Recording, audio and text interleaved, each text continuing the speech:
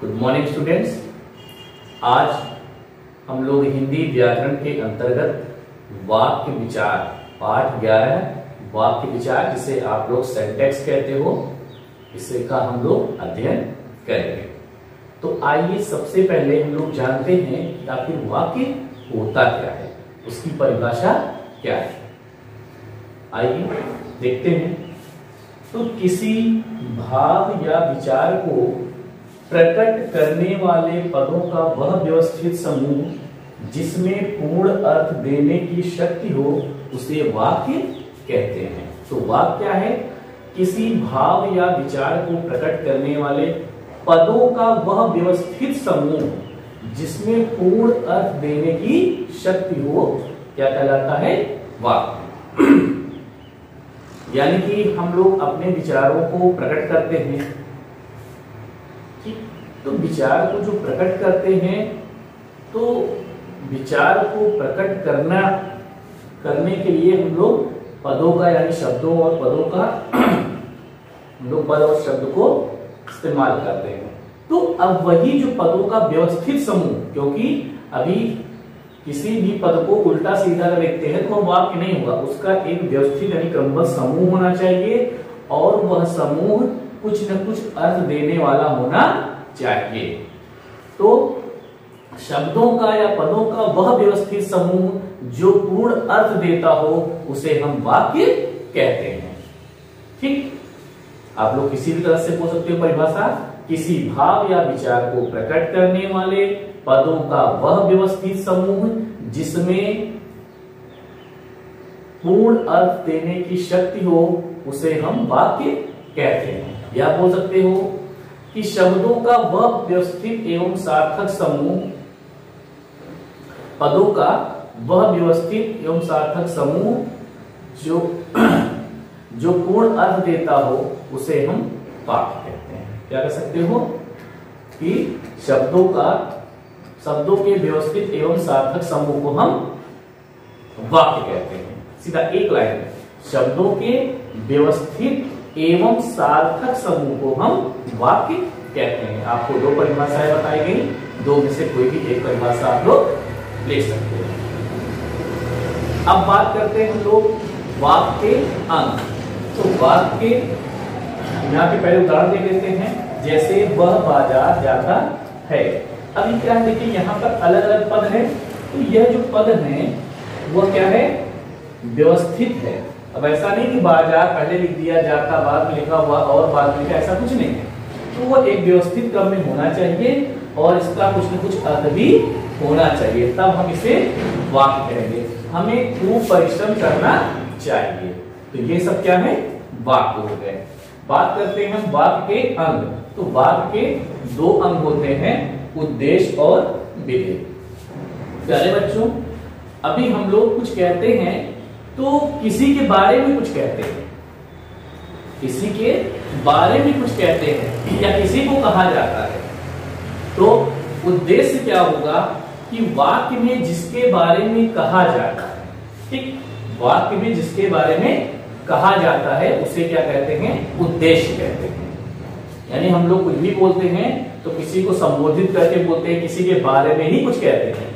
तो वाक्य में जिसके बारे में कुछ कहा जाता है उसे हम उद्देश्य कहते हैं। बात करते हैं विधेय की। तो विधेय क्या होता है कि उद्देश्य के बारे में जो कुछ भी कहा जाता है उसे हम विधेय कहते हैं। ध्यान देने की बात है कि वाक्य में जिसके बारे में कहा जाए वह उद्देश्य है और उद्देश्य के बारे में जो कुछ कहा जाता है वह विधेय है। ठीक, एक उदाहरण के द्वारा हम लोग समझते हैं। जैसे झांसी की रानी लक्ष्मीबाई ने अंग्रेजों से लोहा लिया। अब यहां पर देखिए, लक्ष्मीबाई क्या है? उद्देश्य है। झांसी की रानी क्या है? उद्देश्य का विस्तार है। यानी यहां तक पूरा जो है इसे हम क्या कहेंगे? उद्देश्य कहेंगे। क्या है? उद्देश्य। और अंग्रेजों से लोहा लिया, यह क्या हो गया? विधेय। तो झांसी की रानी लक्ष्मीबाई ने अंग्रेजों से लोहा लिया। ठीक, तो अब क्या ये कहलाएगा, यह विधेय कहलाएगा। क्लियर हो गया। तो इस प्रकार से हम लोग कह सकते हैं कि वाक्य में जिसके बारे में कुछ कहा जाए उसे हम उद्देश्य कहते हैं, और उद्देश्य के बारे में जो कुछ कहा जाता है उसे हम विधेय कहते हैं। क्लियर हो गया। बात करते हैं हम लोग अब वाक्यों के प्रकार की। वाक्य कितने प्रकार के होते हैं, आइए देखते हैं। वाक्य के प्रकार, तो वाक्य जो है उसको हम लोग दो तरह से वर्गीकृत कर सकते हैं। उसके दो आधार हैं। पहला है रचना की दृष्टि से और दूसरा है अर्थ की दृष्टि से। यानी वाक्यों को हम दो तरह से विभाजित कर सकते हैं। पहला जो है रचना की दृष्टि से और दूसरा जो है अर्थ की दृष्टि से। अब हम बात करते हैं रचना की दृष्टि से। तो रचना की दृष्टि से वाक्य के तीन भेद होते हैं। पहला है सरल वाक्य, दूसरा संयुक्त वाक्य और तीसरा जो होता है वह मिश्रित वाक्य है। एक बार फिर से देखते हैं कि रचना की दृष्टि से वाक्य के तीन भेद हैं। पहला है सरल वाक्य, दूसरा संयुक्त वाक्य और तीसरा जो है वह मिश्रित वाक्य है। आइए अब हम लोग देखते हैं कि सरल वाक्य क्या होते हैं। सरल वाक्य पहले इसको हम लोग समझ लेते हैं, फिर इसका उदाहरण देखते हैं। तो सरल वाक्य क्या है, एक क्रिया वाले वाक्य को हम सरल वाक्य कहते हैं। इसमें एक क्रिया होती है। इनमें उद्देश्य एक से अधिक हो सकते हैं। यानी कि सरल वाक्य क्या है, उसमें उद्देश्य एक से अधिक हो सकते हैं, लेकिन विधेय क्रिया एक ही होती है। जो विधेय क्रिया होगी वह केवल एक होगी। फिर से समझिएगा, एक क्रिया वाले वाक्य को हम सरल वाक्य कहते हैं। यानी ऐसा वाक्य जिसमें केवल एक ही क्रिया हो। उद्देश्य एक से अधिक हो सकते हैं। यानी उद्देश्य है जिसके बारे में कुछ कहा जाता है वाक्य में, वह एक से अधिक हो सकता है, लेकिन विधेय की क्रिया एक ही होगी। जो विधेय क्रिया होगी केवल एक होगी। यानी एक क्रिया वाले वाक्य को हम सरल वाक्य कहते हैं। जैसे राकेश अपना काम कर रहा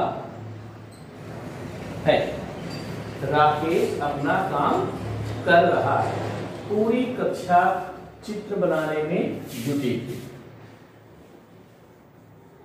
पूरी कक्षा चित्र बनाने में जुटी थी। अब यहां पे देखिए कि राकेश अपना काम कर रहा है। तो राकेश इसमें क्या हो गया, उद्देश्य हो गया। ठीक है। इसके बाद विधेय क्या है, अपना काम कर रहा है, क्या हो गया, विधेय हो गया। क्लियर। उसी प्रकार से पूरी कक्षा चित्र बनाने में जुटी थी। पूरी कक्षा क्या थी, चित्र बनाने में जुटी थी। क्लियर हो गया। तो सरल वाक्य क्या होगा, ऐसा वाक्य जिसमें केवल एक ही क्रिया हो उसे हम सरल वाक्य कहते हैं। आइए देखते हैं संयुक्त वाक्य। संयुक्त वाक्य क्या है, दो या दो से अधिक सरल वाक्य को जब हम लोग समुच्चय बोधक अव्यय से जोड़ देते हैं तो ऐसे वाक्यों को हम संयुक्त वाक्य कहते हैं। आपने इसके पहले समुच्चय बोधक अव्यय पढ़ा होगा, जिसमें और, किंतु, परंतु, इसलिए, इस प्रकार से आपने देखा था कि कुछ ऐसे अव्यय आए हुए थे। ठीक है, अव्यय या आधिकारिक शब्द आए हुए थे। तो अभी इसमें क्या है, संयुक्त वाक्य में, कि दो या दो से अधिक सरल वाक्यों को समुच्चय बोधक अव्यय द्वारा हम जोड़कर जो वाक्य बनाते हैं उसे हम संयुक्त वाक्य कहते हैं। संयुक्त का मतलब जुड़कर बनना, संयुक्त मतलब ही जुड़ा हुआ, यानी दो से अधिक होंगे। दो या दो से अधिक होगा तो कैसे वाक्य होंगे, दो या दो से अधिक सरल वाक्य हम किससे जोड़ते हैं, समुच्चय बोधक अव्यय द्वारा जब जोड़कर लिखते हैं उसे हम संयुक्त वाक्य कहते हैं। जैसे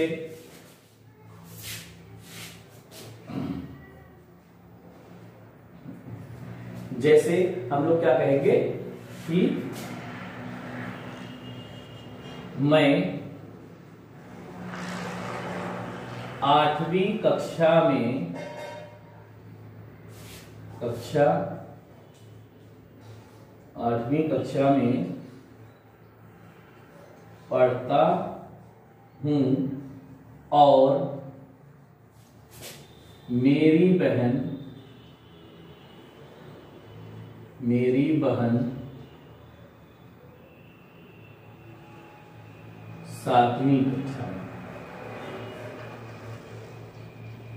7वीं कक्षा में।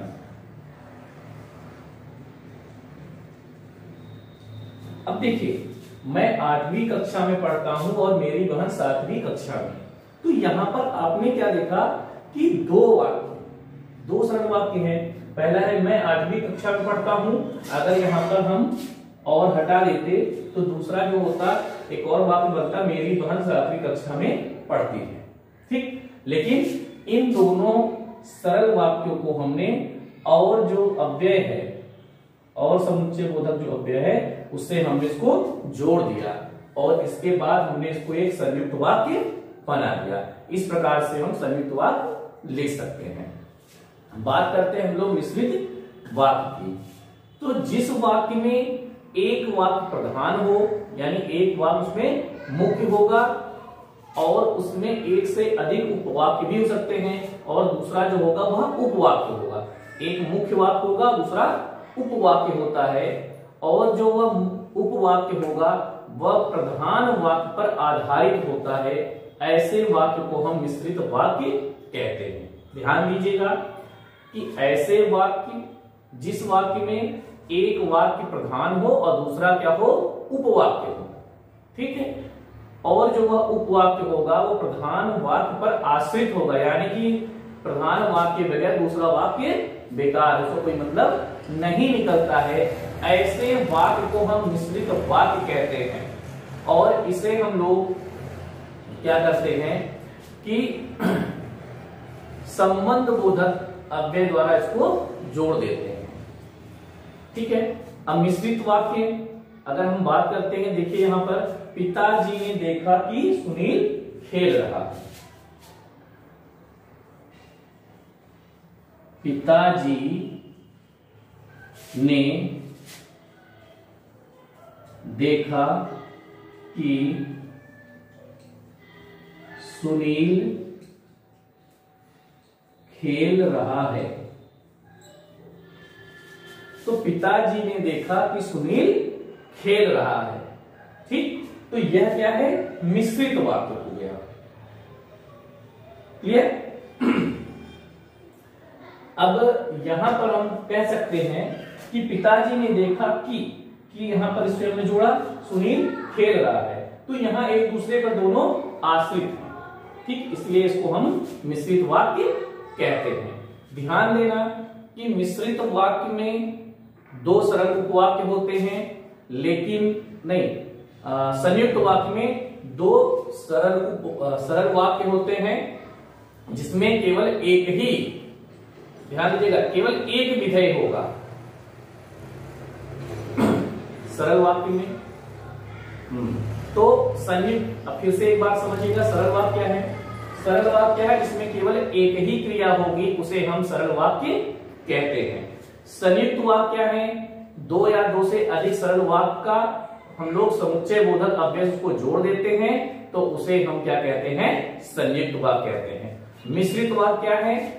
एक प्रधान वाक्य होगा, दूसरा उपवाक्य होगा और उपवाक्य जो है वह प्रधान वाक्य पर आश्रित होगा, उसे हम कहेंगे कि मिश्रित वाक्य है। जैसे मुझे मालूम नहीं कि उसका घर कहां है, तो मुझे मालूम नहीं है, ठीक है, कि उसका घर कहां है, तो यहां पर क्या है, एक दूसरे पर आधारित है।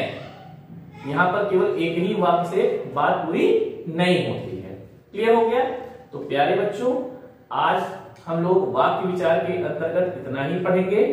इसके आगे जो भी पढ़ना है हमको, जैसे अर्थ की जिससे वाक्य कितने प्रकार के होते हैं उसके बारे में हम लोग चर्चा नेक्स्ट वीडियो में करेंगे। आप लोग वाक्य किसे कहते हैं, वाक्य कितने प्रकार के होते हैं, यह जो है अपने गृह कार्य में आप लोग लिखेंगे। धन्यवाद।